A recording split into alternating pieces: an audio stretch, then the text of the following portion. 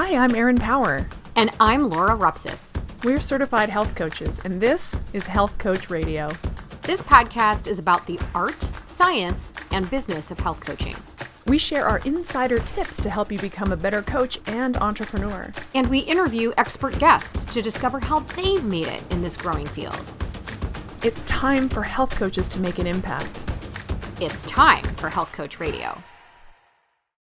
Today we're hanging out with Nick Shaw, one of the founders of Renaissance Periodization, a nutrition and fitness consulting organization that exists to deliver the most effective, scientifically sound, and reliable diet and training consultation to anyone who wants to use it to achieve results in body recomposition, athletic performance, and health.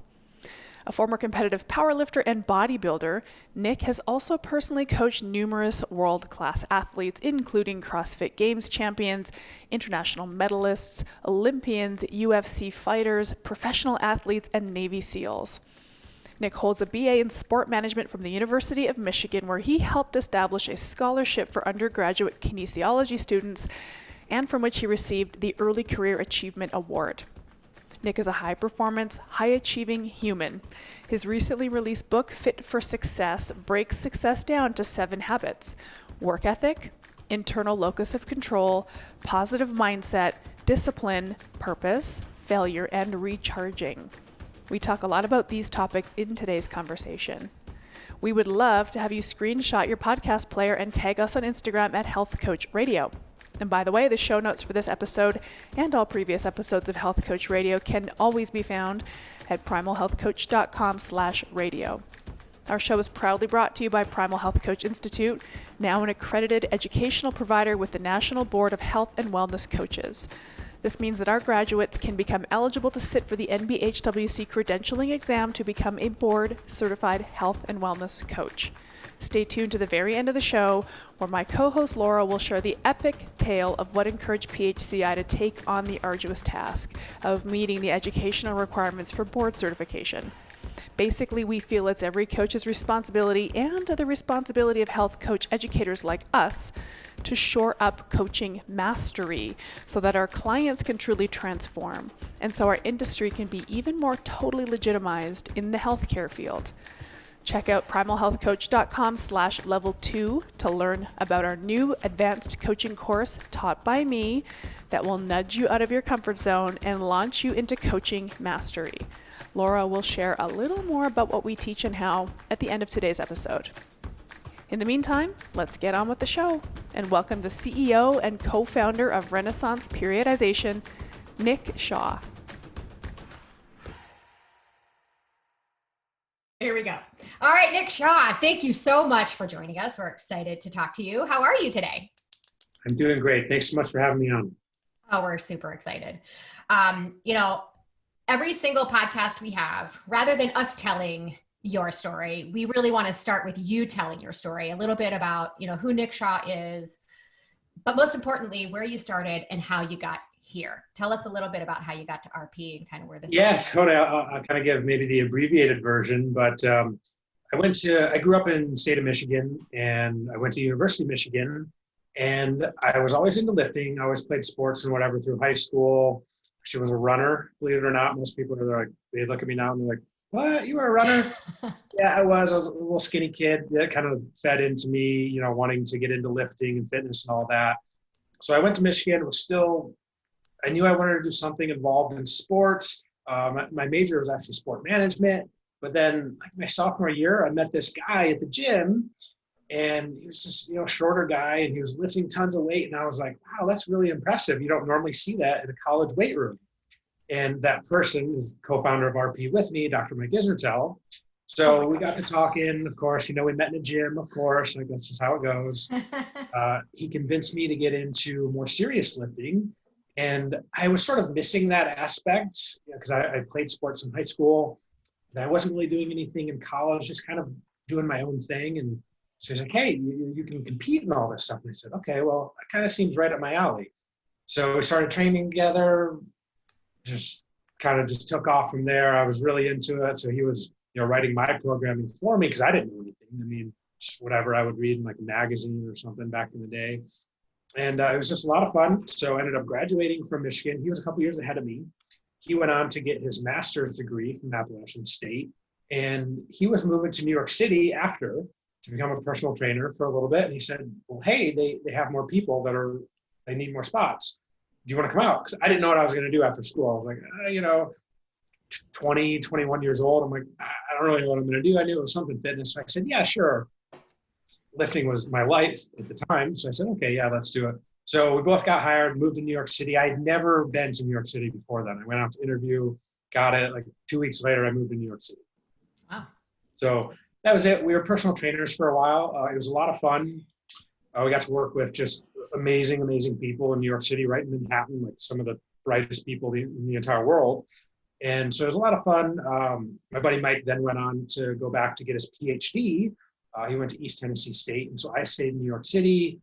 And really the short of it is he had a lot of clients online at the time. And this is 2011. This is a long time ago, 2012 maybe.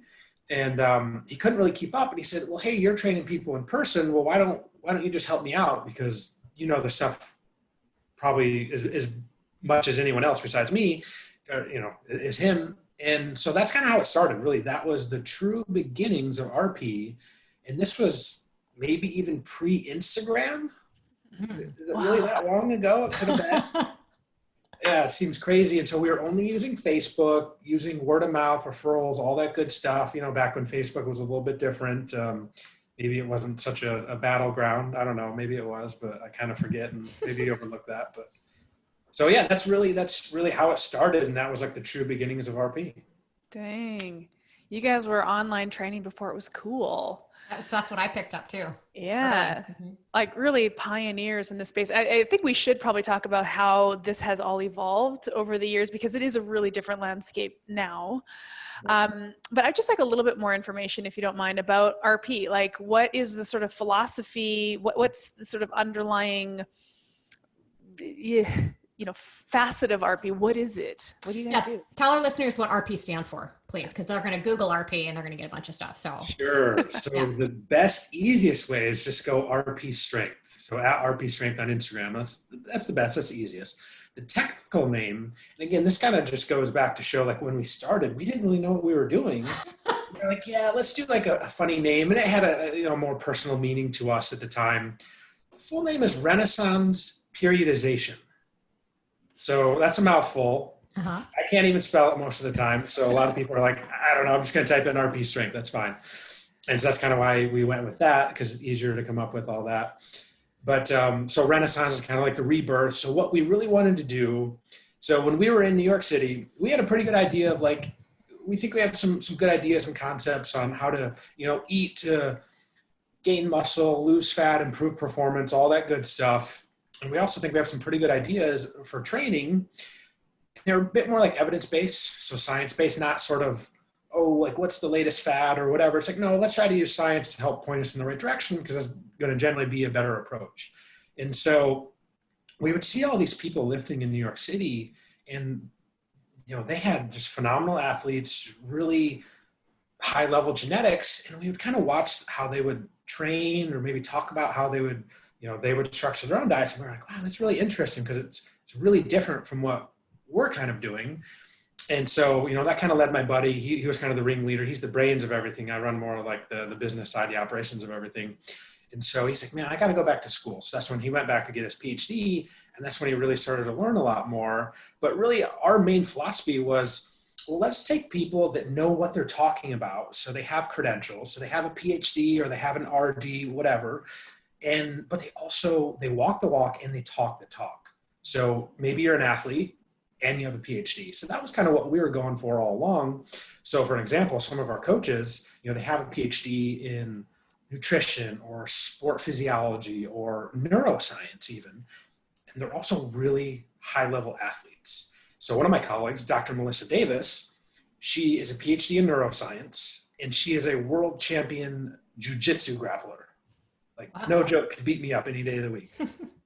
So that was that's really the true philosophy, is like, let's kind of get away from fads and gimmicks in that, because, those come and go. Let's really try to look at what's maybe the best, most efficient route to get results. And that's kind of where the whole evidence-based approach comes from. So that's really the true core of RP. That's what RP is about. Mm. Okay. Yeah, I love it. So a couple things that sort of jump out at me there is sticking with what you have seen works, using science on your side, avoiding gimmicks. And this is all things that we talk about too, right? So Erin and I are on the staff and faculty of a health coaching school.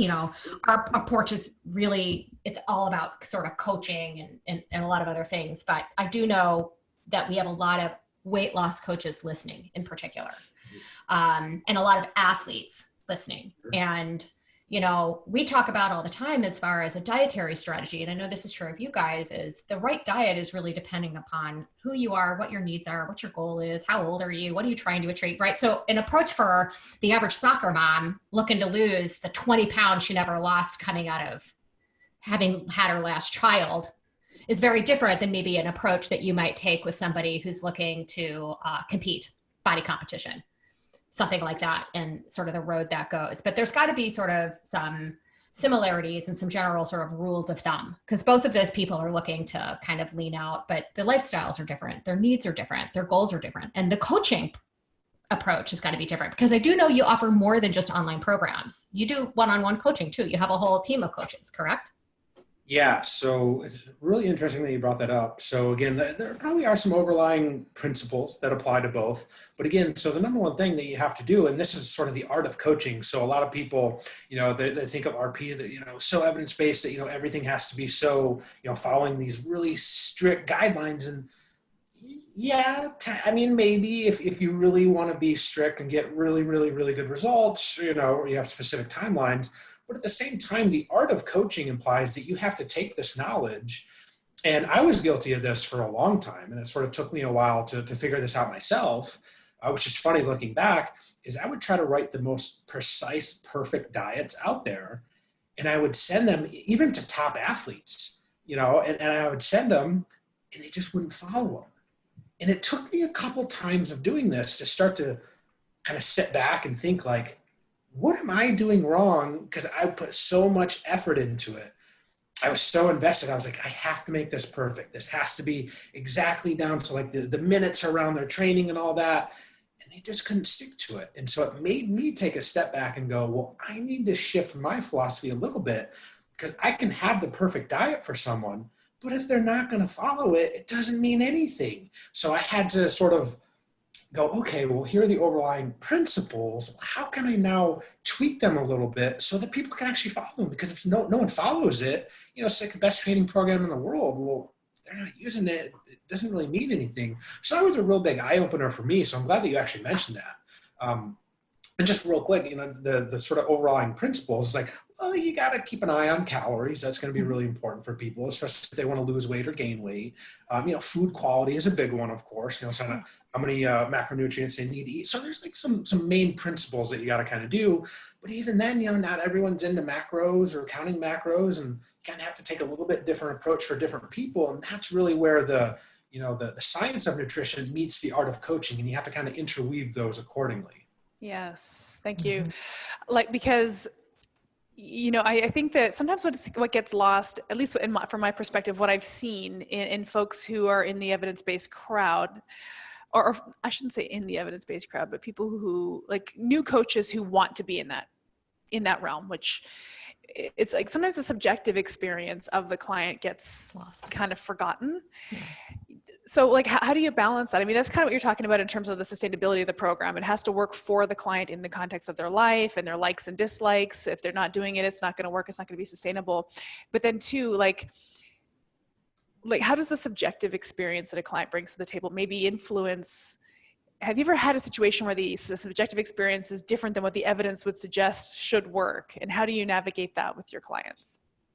So I can give a really good example. So we kind of became really well known for our diet template. So it's kind of, if you would take a one-on-one coach, we basically tried, because not everyone can afford coaching, right? At the end of the day, we wanted to take something that's a little more affordable for people. And so we took the ideas of like what we would typically do in a diet. If someone wanted to lose weight, we're like, oh, we have a pretty good idea. We can sort of build these phases and these diet templates, and people can kind of run through them themselves. And so when we first came out with them, we were a little more geared towards athletes, rightfully so in the beginning. It's like 2015.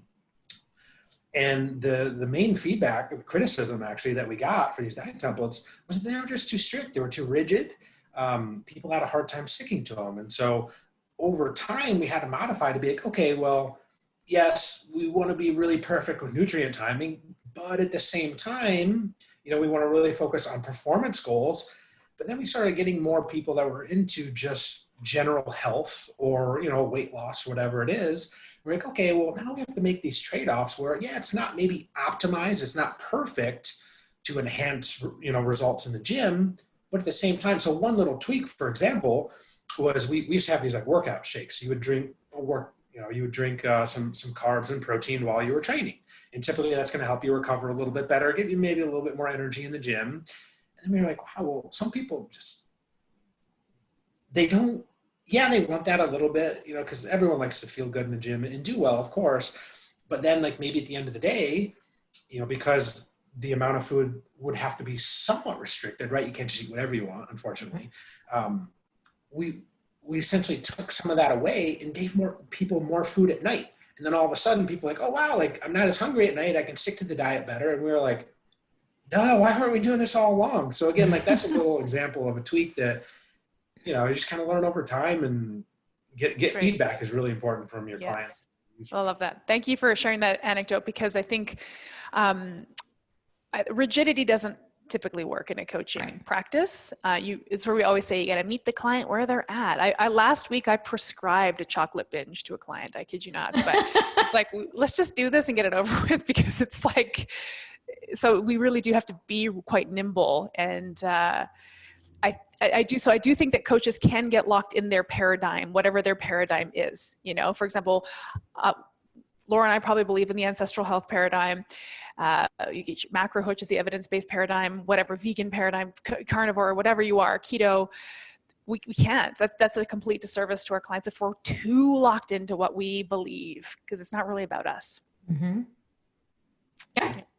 No, I 100% agree with you there, Erin. And I think sometimes it can get, as far as a disservice to our clients, to the point where we don't believe their subjective experience, right? So this is very common in the keto crowd. And don't get me wrong, I think it absolutely has its place. I think every human being should be able to be in a ketogenic state and do well there. However, we see people in this realm that if a client isn't getting the results that are being expected, then they're just not keto hard enough. Yeah.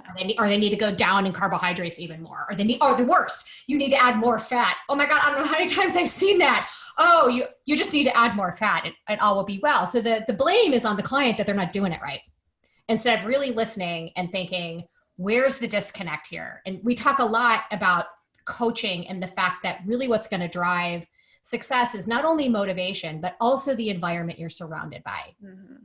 Right? And working with the client and really trying to find kind of where that disconnect lies. And then in the same token, folks that might be more sort of the super strict kind of macro counters too, where it's, you have to have 6 meals a day. And you have to have like no fat around your workout, and I love the tweak later at night, because I find that to be true too. Because most of my clients tell me I can be good all day long. It's the nighttime where I fuck up, excuse my language. That's where things mess up, right? So if you give them the license to eat a little more at night, makes a total, and oh, by the way, not everybody has the schedule to eat 6 times a day.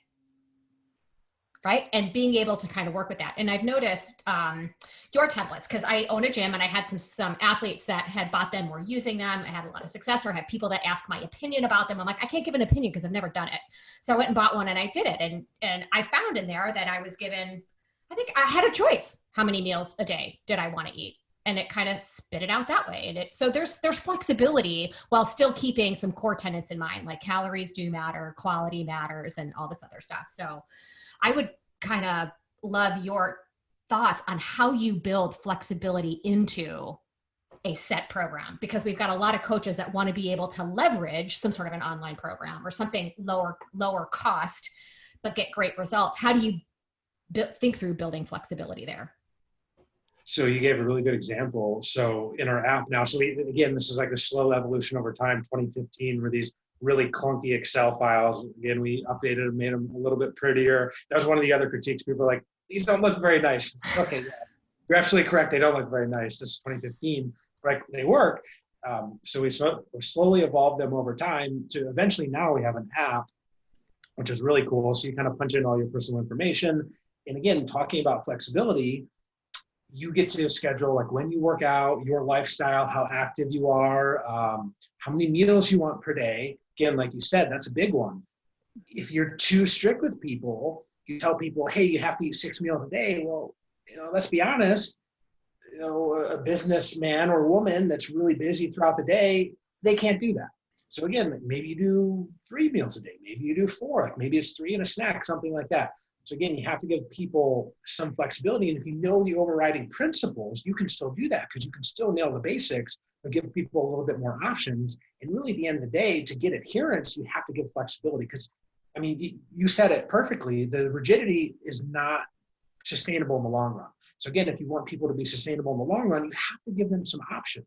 So again, like, in our older templates, you would have, 10, 15 different food choices. Like here are the, typically the main better choices, right? And it's not like there was junk food on there or anything like that, but it's like, do you want chicken or turkey or beef or, fish? Like those are all fine choices. You can have a little flexibility.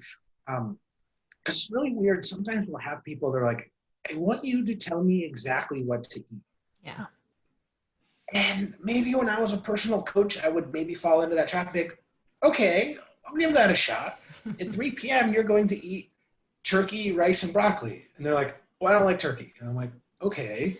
But you told me you wanted me to pick, so again, that's why we did it. And you get these 10, 15, 20 options. And, now you can do a lot more stuff in the app because you can, scan in stuff or whatever. But that, it's just giving people a lot more options. So really that's the key to flexibility. Let people choose. Let them have a little autonomy. Yeah. I had a friend who was doing a very strict macro approach, and she told me that for the next 2 weeks, she's like, it's elk. For the next 2 weeks, I have to eat ground elk. I'm like, wow, that's really specific. I don't understand the nutritional benefit of a 2-week elk, focus would be. But anyway, so going from Excel spreadsheets to an app, that's like a pretty good jump. So what was that journey like, just from an operational standpoint? Like, was there interim steps, or was it like, okay, we got to digitize this so we can build in the flexibility more easily? And was it like, tell us about the arduousness of that and some of the moving pieces that people would never have considered to go to that next level? Yeah, well, to be 100% real, it's a very tough process. We failed a lot. We messed up a lot. This was something we planned. The first initial stages was like 2016. We were kind of kicking around the idea because, people were starting to ask about it. They're like, hey, these are cool, but have you ever considered that? We're like, well, yeah, we have, but turns out building software and, it's one thing to kind of just build like a little tracking tool where you just kind of tell the app what you eat. Our app doesn't do that. It actually gives you recommendations on like how much to eat at each meal, and then it updates each week based on your own progress. So there's a lot more to it. It's a lot more complex. So this was 2016. We didn't even come out with a beta version of our app until the very, very end of 2018. So we're talking several years, several different changes in, developers and all that. It's really long, hard, complicated process. And it's funny, I kind of look back and I'm like, well, did we do anything wrong? Or is this pretty common in software? And I've asked a lot of other people, and I don't know if you guys have ever heard this, but that tends to be the case for most people. Like, software is just really, it's hard, it's complex, requires a lot of, I don't even know what the right word is maybe, but you just got to really be on top of it at all times. So it's a process. That's what I would say. Yeah. It sounds so daunting. So your app, and I'm not familiar with it, I haven't used it.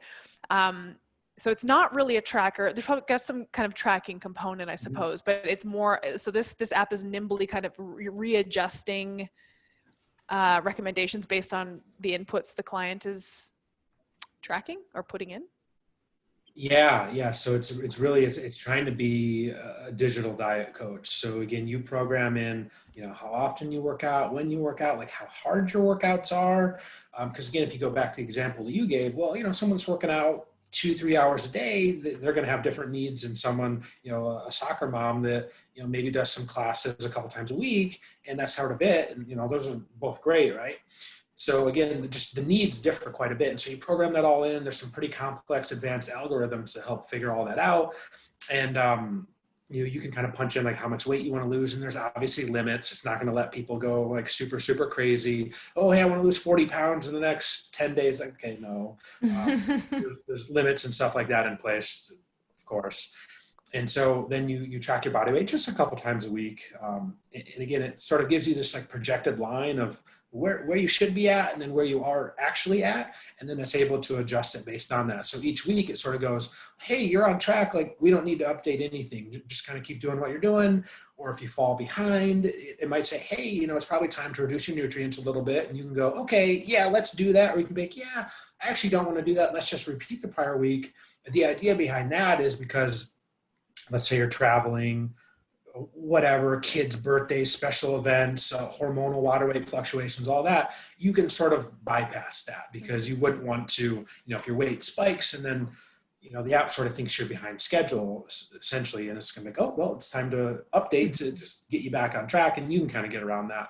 So that's about as close as we could think of for now. And there's some improvements down the road coming, of course, but on how we can sort of mimic, right? So if a client comes to you and sort of says, hey, my weight's up a couple pounds this week or whatever, because I was out of town, I was traveling with work stuff and kids' birthdays and all that, you go, well, okay, well, we're not going to change anything. Like, let's just try to get back on track and get back into the flow of things. If we don't need to do anything crazy. So that's kind of the idea behind the weekly adjustments. Cool. Yeah. So I love, so here's where I think this works really well is you've got this, it's an organized program that people can follow. There are some general rules and something that, I get it too. I know Erin does, people saying, tell me what I should be eating, how much I'm going to follow it, what have you. But we also know long-term that doesn't work long-term. And can you speak to a little bit about how, whether it's this program or maybe it's really got to be through personal coaching, on how you help a client eventually move towards not having to count everything, right? And working with a client on helping them trust their own intuition, their own experience and knowledge that they're going to be okay. Because I work with a lot of women, and we have a lot of women who are chronic dieters, and they're almost afraid to not be on a diet. Yet at the same time, because they've been on a diet almost all the time, they have a terrible relationship with food. They don't have a trust in themselves at all. And it's a constant battle. So I know it's tough coming off of being on a diet and then working their way off of it, almost like a reverse dieting kind of thing, and how you help a client navigate through that. Because you can't be on a diet forever. Eventually you just kill your metabolism, right? So, and that would be, I would actually love your opinion on explaining that to people. Fantastic points. You're absolutely right. It's something we see all the time too. So I think maybe a couple keys are, hopefully some education around it. So again, it's really unfortunate that, people feel like they're dieting all the time and, kind of scared not to be like reducing food or something like that. It's not a great mindset. So hopefully there's some education around it to be, well, no, like if you do that all the time, here are the downsides of it, and you don't want to do that. So something that we talk about a lot is diets are not meant to be forever. 100% absolutely not. They're meant to be for a specific time period. If you want to diet, right? If you want to, no one's forcing anyone to diet, hopefully. But again, but if you do, pick a set period and, try to achieve the results that you want then. The idea is to get to the more lifestyle part of it, which it's called maintenance. It's like you're just maintaining your body weight. So I always like to tell people, think of it as like the 80-20 rule. Like maybe you eat mostly good foods, 80% of the time, and then 20% of the time, well, you have some more flexibility to eat things that you might like, or I don't know if that's maybe the best way, 20% of whatever free foods, whatever you want to call them. But that way people have a little more flexibility to eat some stuff and feel okay, because everyone wants to go out and have dinners with friends and family and that stuff. It's like, you can totally do that. And that should be a part of your normal lifestyle. Like that is maintenance. That's fitness, right? Like you should be able to eat to, not worry about it all the time and go to the gym and enjoy it. Because if you're always dieting, well, then you go to the gym and you maybe don't feel as good. It's like, let's not do that. Let's try to focus more on what can be sustainable for the long term. And that's maintenance. Yeah, that's awesome. I've I've altered the 80-20 rule to be 85-15. I'm getting a little bit more strict because I feel like that 20% can sometimes get out of hand. But the way I describe it to my clients is like, look, it's not like I'm giving you 15% carte blanche to go nuts. It's like, that's the sort of like wiggle room for birthday parties, or you're going to go out and get some beers and wings with your friends or whatever, right? It's there. It's meant to be sort of flexible, easy breezy. So like the world of dieting though is one that I feel like, you know, on a personal level, I've really fatigued out of, but you know, I still follow a lot of people like Mike and lots of people in sort of the, I guess the evidence-based macro tracking, dieting, performance, body composition crowd. And so one thing I was noodling on this as I was driving up here this morning, this idea of diet breaks. Do you program diet breaks? And for people who are on like a diet, like a strict body composition, or whether it's a performance-based thing, this isn't the soccer mom, this is somebody who has a really specific, you know, super strict body composition goal, or diet breaks a thing that your app and that you guys factor in, and how does that look? I'm just really curious about it from sort of an intuitive perspective. So I do a follow-up question, but can you speak to that a little bit? Sure. So maybe in the app, it would be a little bit harder to do that. Like with one-on-one coaching, totally. And that kind of just comes down to the art of coaching. Real quick, so I've competed in bodybuilding like way back. Last one I did was, I want to say 2013. There got to a point where I was just so down, you know, and again, Mike was coaching me at the time. This was a really long time ago. I was like, man, I'm like, I don't know if I can keep doing this. And he was like, you know what? I was living in New York City. He's like, dude, go to the diner around the corner and go eat whatever you want. And it was like the best thing I'd ever heard in my entire life. And again, like it was just enough. It got me through like the last couple of weeks. And I was like, hey, that was great. So again, if people are really hardcore, sometimes those are needed. I know there's definitely some people that have differing opinions on that. Some people are like, no, you have to be super strict. And yeah, I don't know, maybe.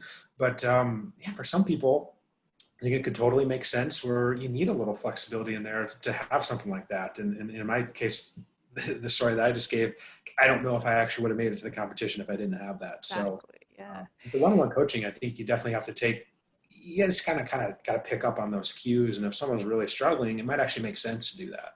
Yeah. Well, and so the follow-up sort of thought I had to this, what I was thinking as I was driving here, because I have a client right now who is a former figure competitor, and she's not in that world anymore.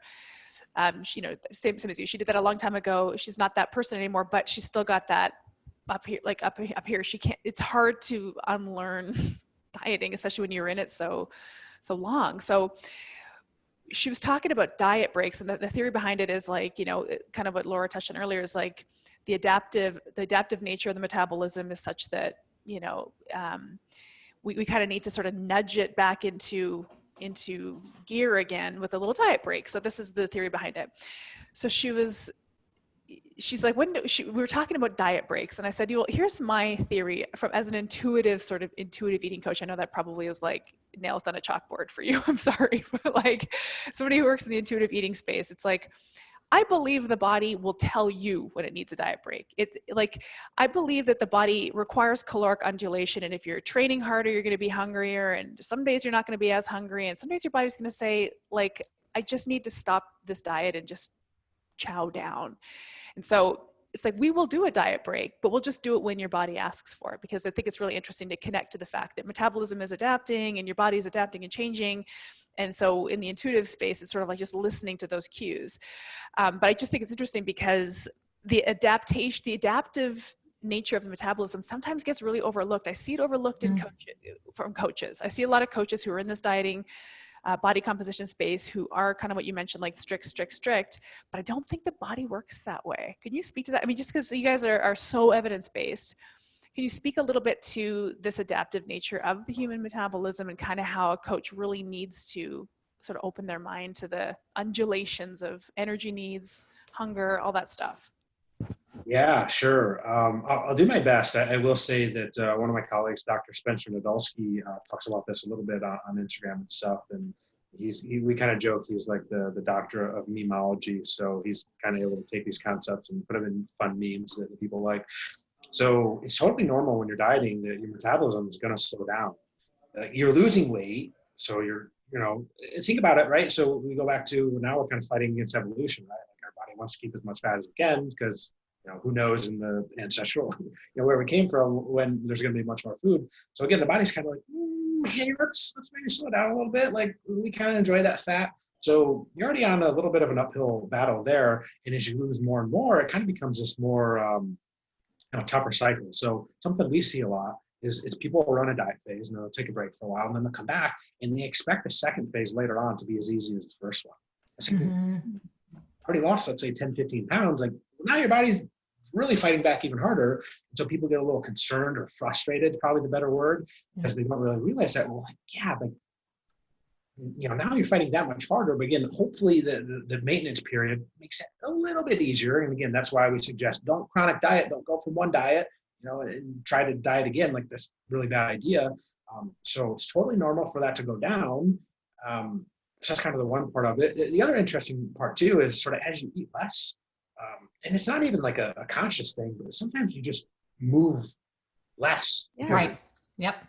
And that one's really interesting too. And I give a real quick example, again, going back to like way back in the bodybuilding days. So my buddy and I, this is Dr. Mike, he was coaching me at the time. He was also going to compete at the same show in New York City. He stopped losing weight for like the last month before the show. And he didn't really realize it at the time, but I had no problem. So here's the thing. I was living in New York City. So I was taking the subway multiple times a day, walking everywhere. I was just moving a lot more. He was going to school. He was going back to his apartment, like doing homework, and he just wasn't getting out and walking that much. And that was really the main thing. I had no problem losing weight because, again, up and down subway stairs, it's summer in New York City, it's hot, it's quite frankly miserable. And so, again, like that makes a big difference. And so when you factor in both of those things, it's like you said, you kind of have to plan for that. And again, maybe people, if they do get too run down, well, if you have a little free meal here and there, maybe kick that metabolism up a little bit. It might be the spike that people need to, reach their goals and finish the last couple of weeks if they, are a little bit more hardcore about it. Yeah. No, I hear this from both men and women that I work with that during the week, like their normal work week, it's pretty easy for them to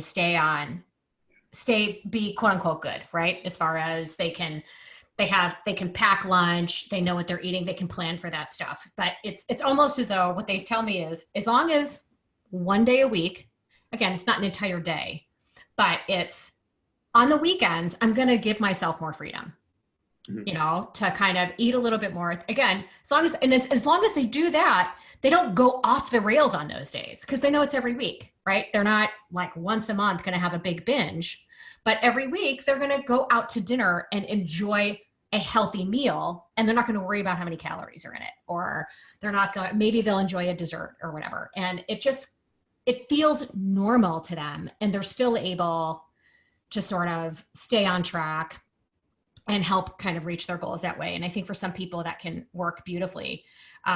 Because I know Erin has seen it. I'm sure you have seen it, that when you go a kind of a little too long feeling deprived, this can be an emotional thing, but it can also be a biochemical, like a real physical thing that you will binge and then you feel bad about yourself and you go down this big shame spiral. So, and I love the term you used, Erin, as a diet break rather than a cheat day. I hate that term, drives me nuts. Just the mentality behind that word really, kind of drives me crazy.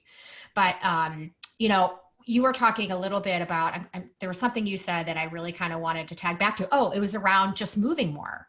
I think this gets missed a lot with a lot of trainers, is the impact that non-exercise activity thermogenesis has on people, that you can literally burn more calories if you just stand. And I recently moved to Florida. I'm walking my dog 3 times a day.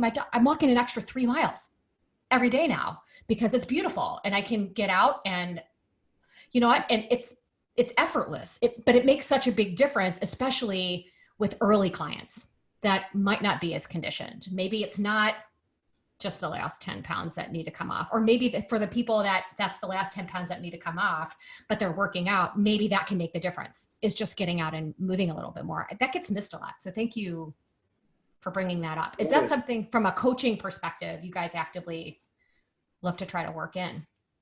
Yeah, it's a very neat idea. Yes. I'll be here all day, folks. So, yeah, it is. And so it's actually something that we're trying to figure out how to do in the app. So sometimes with the goals that people will set, so there's, I guess, two issues that we see a lot. And I would love to hear if you see this as well.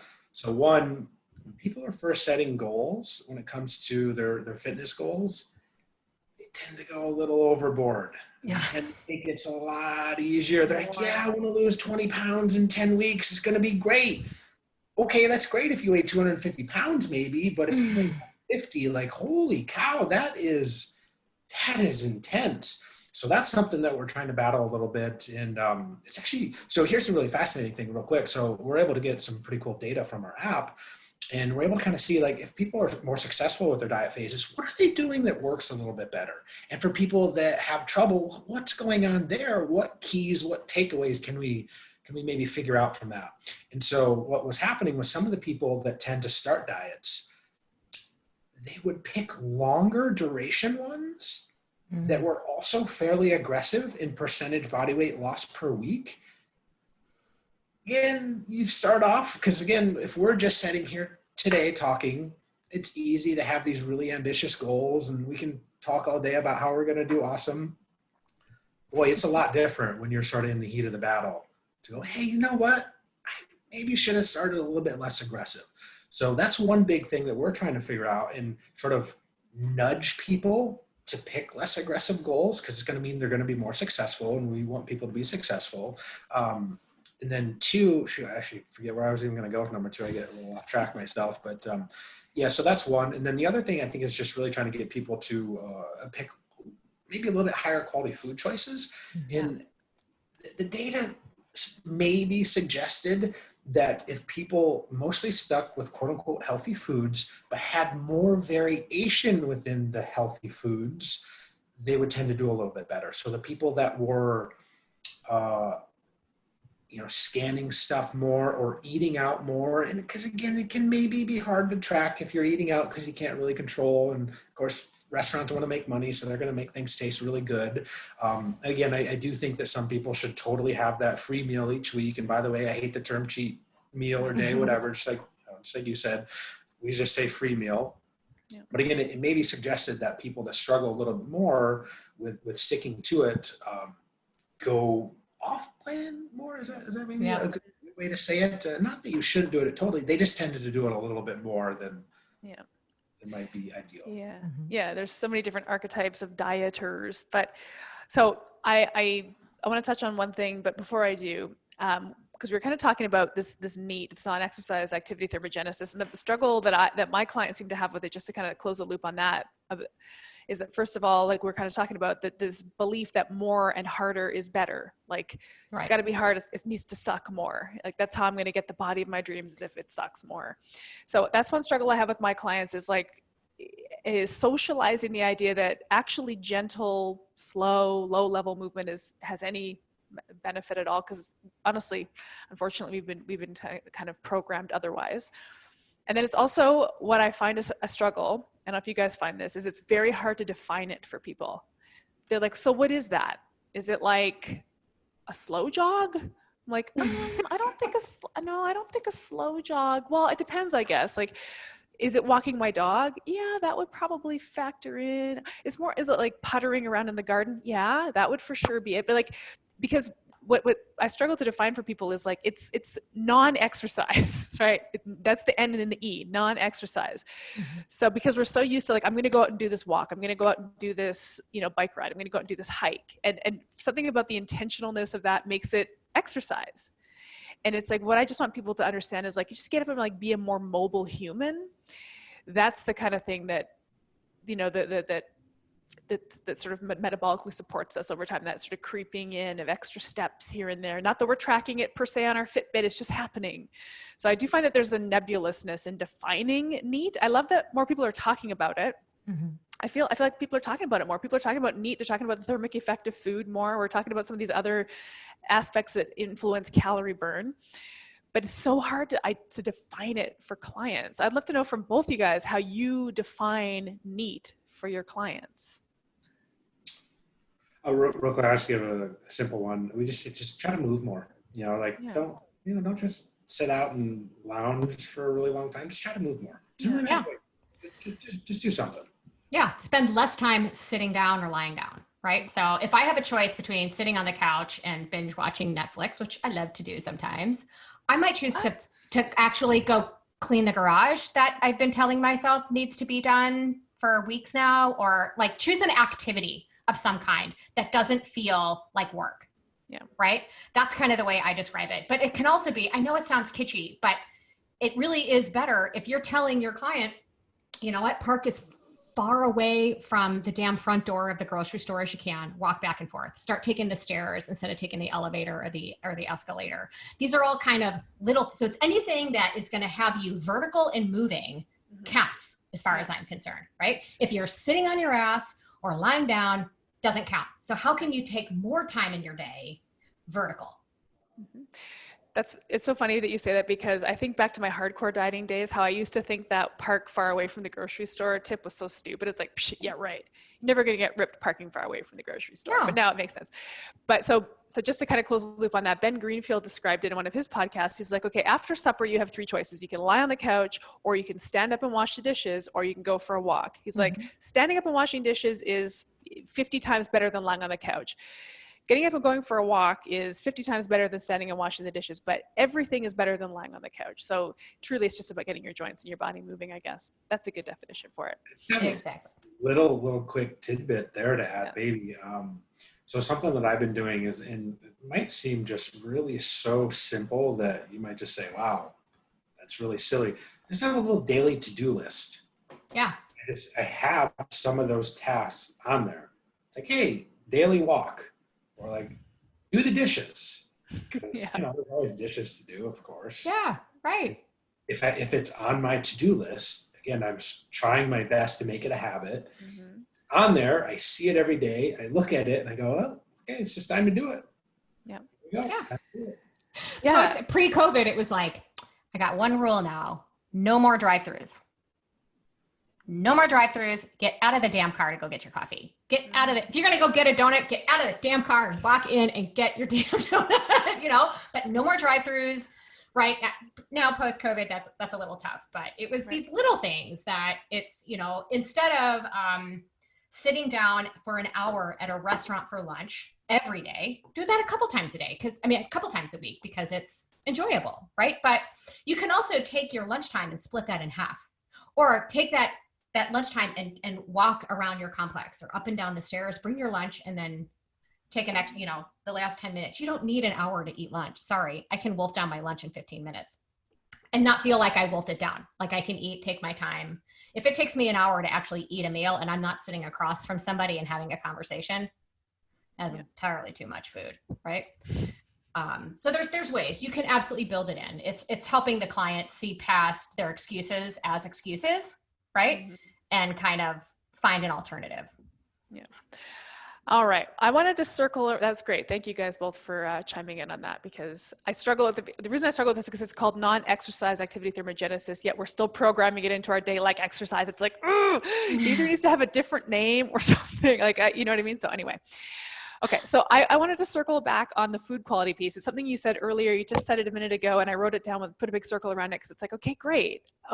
We're talking about food quality, because sometimes I feel like that gets missing, that goes missing a little bit in some circles. Like, we've all heard the anecdote of like, you can eat Pop-Tarts if it fits your macros, right? So I would love to know kind of your RP's viewpoint on food quality, why it's important, what it looks like, just at a high level. Totally. So it's really funny at RP, because on one side you have the hardcore, if it fits your macros folks, and they're like, you can eat whatever you want. It does not matter. There's some truth to that. There is some truth to that. Sometimes we'll get criticism from those folks because we're not hardcore if it fits your macros. And then we'll have people that are like, you can never eat anything that's not, X, Y, Z, like perfect food quality. And those people like to get on our case because we're like, oh, every now and again you can have some of that stuff. And if you're working out really hard, if you're like a high level athlete, you might actually want some of that stuff.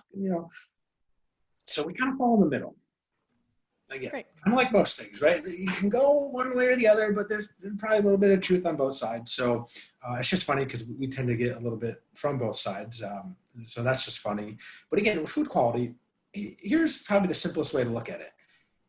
If calorie balance is really important, right? If you want to keep just like whatever your weight is, you just want to maintain it. Or if you want to lose weight, well, you have to focus a little bit on calories at some point because it is important.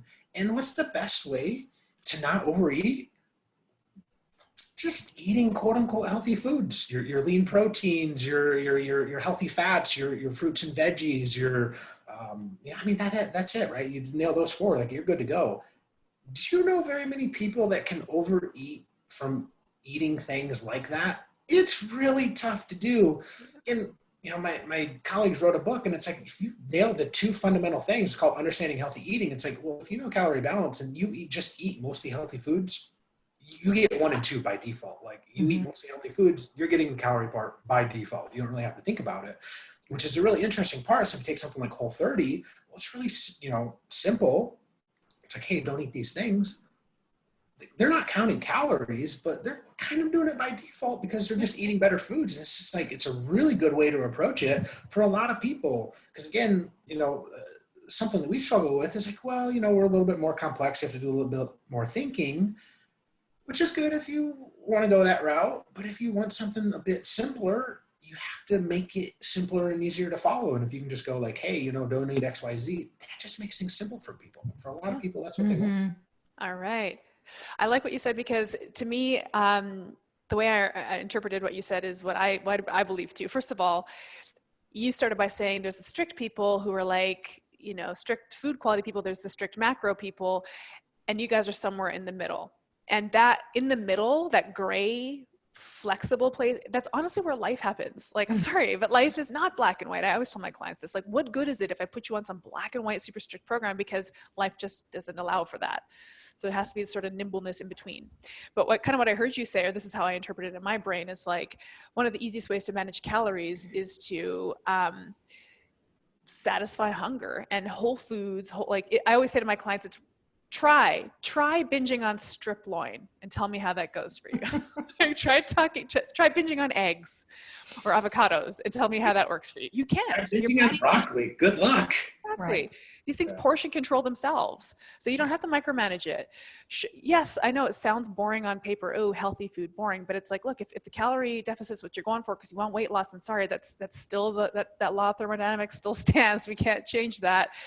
Then one of the ways to effortlessly achieve that is just by kind of being less hungry. And that's where these foods shine. And we know like the hyperpalatable foods are just so darn easy to overeat, the processed foods. So it's a great explanation. I really appreciate you coming to it from that perspective. Thank you. You nailed it perfectly too. Eat mostly whole foods. You will be less hungry. I mean, boy, if you want a secret from today's podcast, there you go. That's your secret. There you go. There's the take. And I have a real life example of this. And it wasn't a client. It was my brother who probably needs to lose 100 pounds easily. Right. And he was at my house one day and he comes to visit and he eats what I make. I don't go out and buy a bunch of crap food because he's coming to visit. If he wants to go buy it and bring it, that's fine, but I won't provide it. And I try to make foods that I think he'll enjoy, and he does. But he and I were having an honest conversation one day. And so first of all, the other step back from a coaching perspective is the lifestyle my brother lives. There's a lot of sort of unhappiness in there. So, bear that in mind. And one of the things he said to me was that, but Laura, healthy food doesn't taste as good. Okay. And I asked him, it doesn't taste as good as what, relative to what? And he said, well, some of these other foods that I really enjoy that I know aren't healthy for me, I like the way they taste. I want to keep eating them. Whereas unhealthy food, like healthy foods, I don't really want to keep eating them. And that's where I was like silent to just let that sink in for a minute, and it was, why do you think you don't want to keep eating them? Is it really because it doesn't taste as good? Because let's talk a little bit more about that. Could it also just be that you're not hungry anymore? And where those unhealthy foods that taste really great, you will continue to eat even though you're not hungry. And this is the crux of why you continue to gain weight. you know. Nothing's changed with him, but he thought about it. You know, he thought about it a little bit more. And then the other day I got a text from him and he was asking me a question about whether I use parchment paper. And I'm like, because he's starting to cook more for himself. That's great. That's awesome. Okay. So a year later, but so sometimes it's this hard conversation. And I think for folks similar to my brother, for him, food is also a form of entertainment. It literally is. It's where he finds pleasure because there's not a whole lot of pleasure elsewhere. And the willingness to let that go, God, that's hard, you know? And I just don't think he was willing to go there. And it's these kind of conversations that come out in a coaching relationship. I would love to be able to coach my brother, but I just don't think I can. He's my brother, you know, and I think I need to refer him to somebody else, but he needs to be ready. But this is the power, you know, everybody listening here, of a one-on-one coaching relationship and really getting into the root cause of kind of where your client's choices are coming from. Now I looked at your, before we started recording, I looked at your website, went through your staff. You have a pretty deep staff of coaches that are all kind of PhDs in neuropsychology. And so I would love to hear a little bit about, because this is a pipe dream of mine, is to eventually build a business where I can employ other coaches, because I think this is an area that's needed. We have a lot of people that are great coaches. They just don't know how to start a business. I would love to hear about how you think through building a team and what you look for in people that you hire and that you think might be great coaches. Yeah, it's a really good question. So I guess we were lucky in some regards in that, you know, so my buddy, Dr. Mike, was, you know, in school to get his PhD, and being in that program, he was around a lot of other people that shared a similar strong interest in fitness. And obviously they're going to get their PhDs as well. So they're very, very intrinsically motivated, go-getter type folks. And, you know, that's a big thing, because when you're working remote, boy, we don't, you know, it's not like I'm standing over their shoulder looking at what they're doing. I have to have a lot of trust in these folks, a lot of trust in these coaches. So we want, you know, go-getters. That's a big one in terms of kind of like what we would look for. And again, typically if people have those types of qualifications, you know, they've gone through a lot of hard work to get there. So we can sort of maybe assume that they probably have some of those traits, of course. And then beyond that, you know, we'll kind of have them go through, you know, a month or two of some sample, writing sample programs for folks and whatever, like in-house, to kind of just, you know, nudge them to see what they would do in certain situations that come up that are a little more unique and whatever. And if they can start to handle all that really comfortably, you know, then we feel really good that they can start coaching folks on their own. And, you know, we kind of have like a process in place on how we go about that. But, you know, start with good people that you feel, again, actually a lot of our people have come, a lot of our coaches have been referrals from other coaches. They're like, hey, you know, I'm a professor at Temple, and, you know, here's some of my best students. And, you know, so they've gone on to work for RP or whatever, or, you know, hey, I got a colleague, you know, where I'm doing research at, like, she's got a PhD and she's actually an RD as well. She's a registered dietitian. We're like, we'd love to chat with her. And so referrals, making sure they're hard workers and they're really trustworthy, you kind of just go-getters. Maybe that's the right term there, I guess, to use. Mm-hmm. People you feel comfortable with. And you're looking for folks with like these higher education credentials and licensed in some cases, and that's really important to your organization, I gather.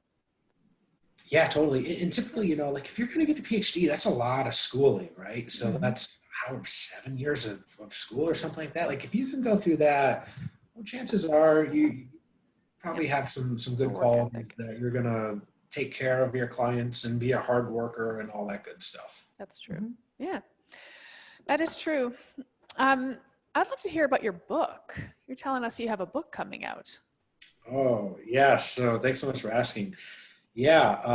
So just a quick backstory on how it came about. So I'm a big nerd. I love to read. The last couple of years, I've just really taken up reading. Like, I don't know, probably read a couple hundred different books on a variety of different topics. And this is like before 2020 hit, I started writing down a lot of common themes that were coming up. And, you know, let's say it's history, or it's psychology, or it's, you know, business books, or it's fine, you know, whatever it is.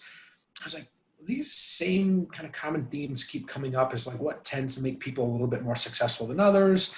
And it was just all ideas, and I was writing down. I was just really fascinated by it. I just kind of like to know what kind of makes some people be more successful at whatever they choose to do versus others. And again, like that's why the data from our app is really interesting to me, because we can start to pull some of that. So anyways, fast forward to 2020. I don't need to tell you. It got weird. 2020's been a gut punch to pretty much everybody. So kind of made me really put a lot of this stuff into practice myself. And to kind of compound all that, my wife was diagnosed with breast cancer like before COVID hit. So we're kind of dealing with all that. And, you know, she had to go through chemo and all that. And then you kind of throw in COVID, quarantine, shelter in place, homeschooling. It's just like, you name it, just like, Oh my gosh.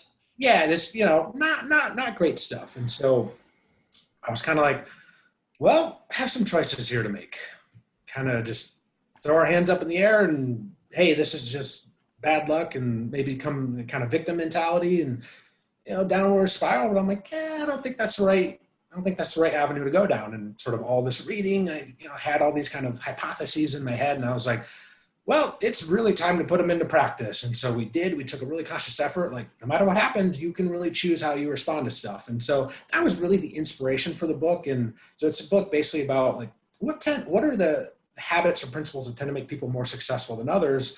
And, I was able to relay personal experience now with, health stuff, along with, being able to work with top athletes. And again, from being able to interview and work with them, I was able to pick up some stuff that was common, again, all these folks. And then just working with a lot of clients myself, and, just kind of tying all these different things together and being like, okay, well, they tend to share, these habits. Again, that's really what the book's about. So I'm really excited about it. It's probably going to come out, November. So coming up here pretty soon. And I think it'll help people. That's an awesome premise for a book. I love that. What were some of those habits you found? Can you give us a couple? Sure. Yeah. Well, so there's 7 of them. So hard work, again, like no matter what you're going to do, success requires hard work, right? Like it literally creates the success, right? Because you can have the best ideas in the world, but you actually have to put them into practice. So it's kind of forms the foundation of the pyramid there. Internal locus of control. So again, are things happening to you, or do you have an influence on what is going to happen, right? Like, can you take action and change the situation? So a common, example would be something happens to you, kind of like the whole stoic mindset, right? Of something happens, you can sort of choose how you want to respond to it. So that's number 2. Number 3 is having a more positive mindset, which is really important. Really interesting 2 things that were said to me. Are you familiar with barbells for boobs? Yeah. Okay. Mm-hmm. Yeah, definitely in the CrossFit space. But they work with a lot of breast cancer folks. And the founder of it happened to know her for a couple of years. She said 2 things when I told her that my wife was diagnosed. She said, well, one, you have to focus on the things that you can control. And I was like, well, check. Yep, I've already been thinking that all along. Like, yep, okay, done. And she's like, you just got to be positive. I was like, okay, well, that's actually really, really good advice. So that's number 2 and 3. After that, you got to be disciplined, right? Like, stuff's going to be hard. You got to have the discipline to keep going. You got to have this sort of bigger overriding purpose. What's your why, your meaning, your purpose? That's number 5. Number 6 is failure. I don't know a single successful person that hasn't messed up along the way. That doesn't exist. And a lot of people are really scared by failure, because a lot of people won't even get going because they think that they're going to fail beforehand, and they're really scared by it. So again, it's hopefully, educating, but that's actually the exact opposite. Everyone's going to fail. It's how you respond to failure. So do you fail and you give up, or do you fail and you hopefully learn from it and you take away key principles, and you get better and you learn things and you adapt over time? And then the last one is just, the ability to recharge. So again, it kind of goes back to what we were talking about.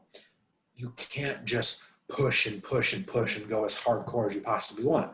There's just a lot more to it. You have to be able to, not be stressed out, and, practice some mindfulness stuff. And I'll be honest, before like the last year and a half, I thought some of that stuff was total like, blah. No, that's probably not the case. There's actually a lot more to it. So it's been great. I'm really looking forward to it. Those are great life tips. Yeah, Hey. absolutely. Cool.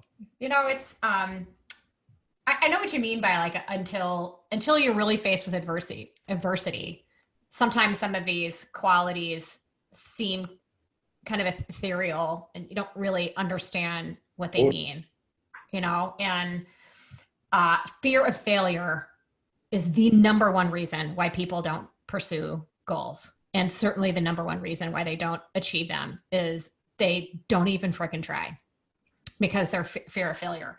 And Mark Sisson says the same thing. He's like, I've lost $1 million twice in my life.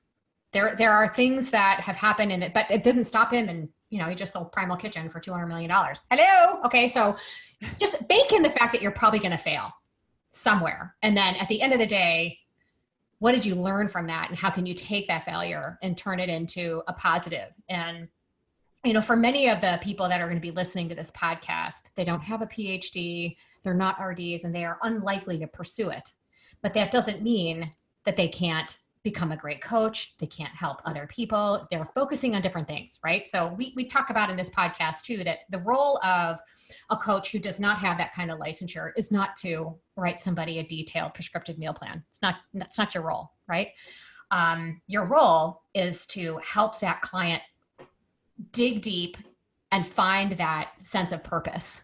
You talked about that one, right? To dig deep and help that client try something and see if it works. Help them find their motivation is another. And most importantly is to empower that client to take a step and share your experience, right? I mean, I have no idea what it's like to train for a powerlifting competition. I've never done that, but I know what it's like, how to try to come out after having 4 children, you know, almost 50 now, and not like I can still carry both my daughters. They're 45 pounds each and I can carry them up the stairs, right?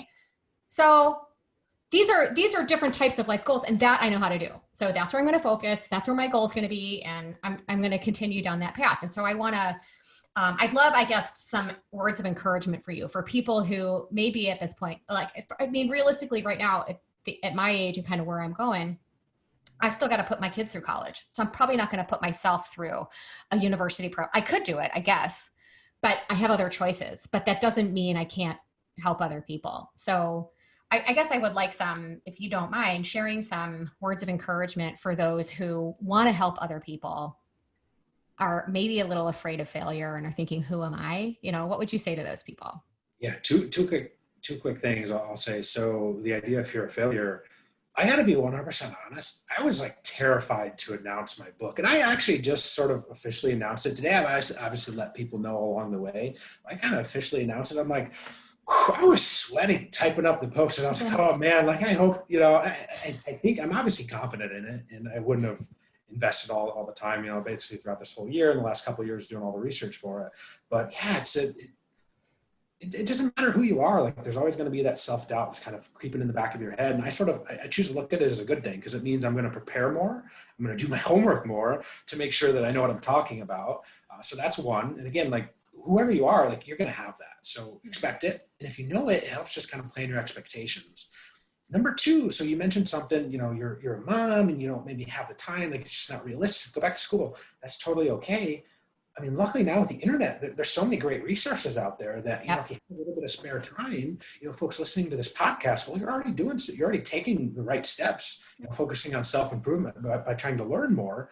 I mean, you can do the same things, you know, without necessarily having those credentials. Like you can watch YouTube videos, you can, you know, maybe enroll in some free online courses or whatever. And there's tons of stuff out there, especially with COVID, right? So COVID sucks for everyone. It's kind of been a huge gut punch to everybody this year. But maybe now we look for the good in it and be like, oh, well, now there's more things online, and let's not focus on the bad aspects of it. Like what can we do to sort of spin that into some good that comes out of it? That's just kind of how I've maybe learned to evolve. And I wasn't always like this, I got to be honest. And again, it's like you said, when you really get hit with a lot of adversity, it really forces you to kind of choose your path. And we definitely weren't going to choose the more negative one. It's like, nope. We're going this way. Yeah, that's resilience. That's resilience. And, you know, it's so interesting because the fear of failure, even for you to, you know, announce your book, like truly that's our lizard brain trying to protect us. Right. And but we can sort of like name it and shame it. Like, this is my lizard brain trying to protect me. That's cool. I'm doing it anyway. And it's a really interesting time. I think that it's an interesting time. It's a renaissance, if you will, of personal development. We have the time. We're stuck home in front of our computers anyway. Let's learn. Let's grow. It's such an interesting time to kind of get uncomfortable with personal growth. I mean, this is an awesome time to do it. Why the hell not, right? So I think your book is timed perfectly because people are looking to curate this resilience and to kind of quieten that lizard brain a little bit. Yeah, totally. You nailed it. I think that whole battle between kind of the more human part of our brain, the more animal part, has a lot of applicable things to every single thing we've been talking about today.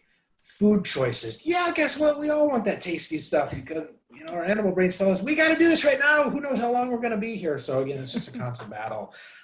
And again, that goes back to the whole mindfulness aspect. Is like, that's really been a big takeaway for me is, and again, I think you guys nailed it. Had a lot of good stuff. Maybe before a couple of years ago, someone might have told me some of this stuff and I would have discounted it. I would have been like, yeah, nah. But now I'm like, they were probably onto something. And, kind of kicking myself a little bit that I didn't get on this train a little bit earlier, but I'm very happy that I'm sort of now uncovering it. And hopefully for people that might share those same sentiments, if they are listening, we'll say, oh, maybe this book will be able to help people learn some of that stuff, learn from the mistakes that I've made. I'm sure you guys probably made some mistakes too. Like, that's why you're listening, right? Like, listen to this podcast, try to take something away from it. You got it. Where do people, is there a way to like pre sign up on a list to get your book, or where is it going to come out? How can people find it? Yes, it's probably just going to be on our rpstrength.com. It's going to be on our website. There's going to be some limited copies on Amazon. Amazon's a little tricky right now just because with COVID and everything, like trying to manage inventory. We're still trying to kind of figure all that out because they have limits on stuff now. Yeah, just rpstrength.com, at rpstrength on Instagram, or me personally, it's nick.shaw.rp on Instagram. Cool. Awesome. Thank you so much for sharing your time and your wisdom. We really appreciate it. And I think the balance between using science and evidence-based approaches and balancing that with sort of that intuitiveness and that humanness is super important. And I can't wait to see what you guys come up with next. Thank you so much for having me on. Love it. Thanks so much, Nick. This podcast was brought to you by Primal Health Coach Institute. To learn more about how to become a successful health coach, get in touch with us by visiting primalhealthcoach.com/call. Or if you're already a successful health coach, practitioner, influencer, or thought leader with a thriving business and an interesting story, we'd love to hear from you. Connect with us at hello@primalhealthcoach.com and let us know why we need to interview you for Health Coach Radio. Thanks for listening.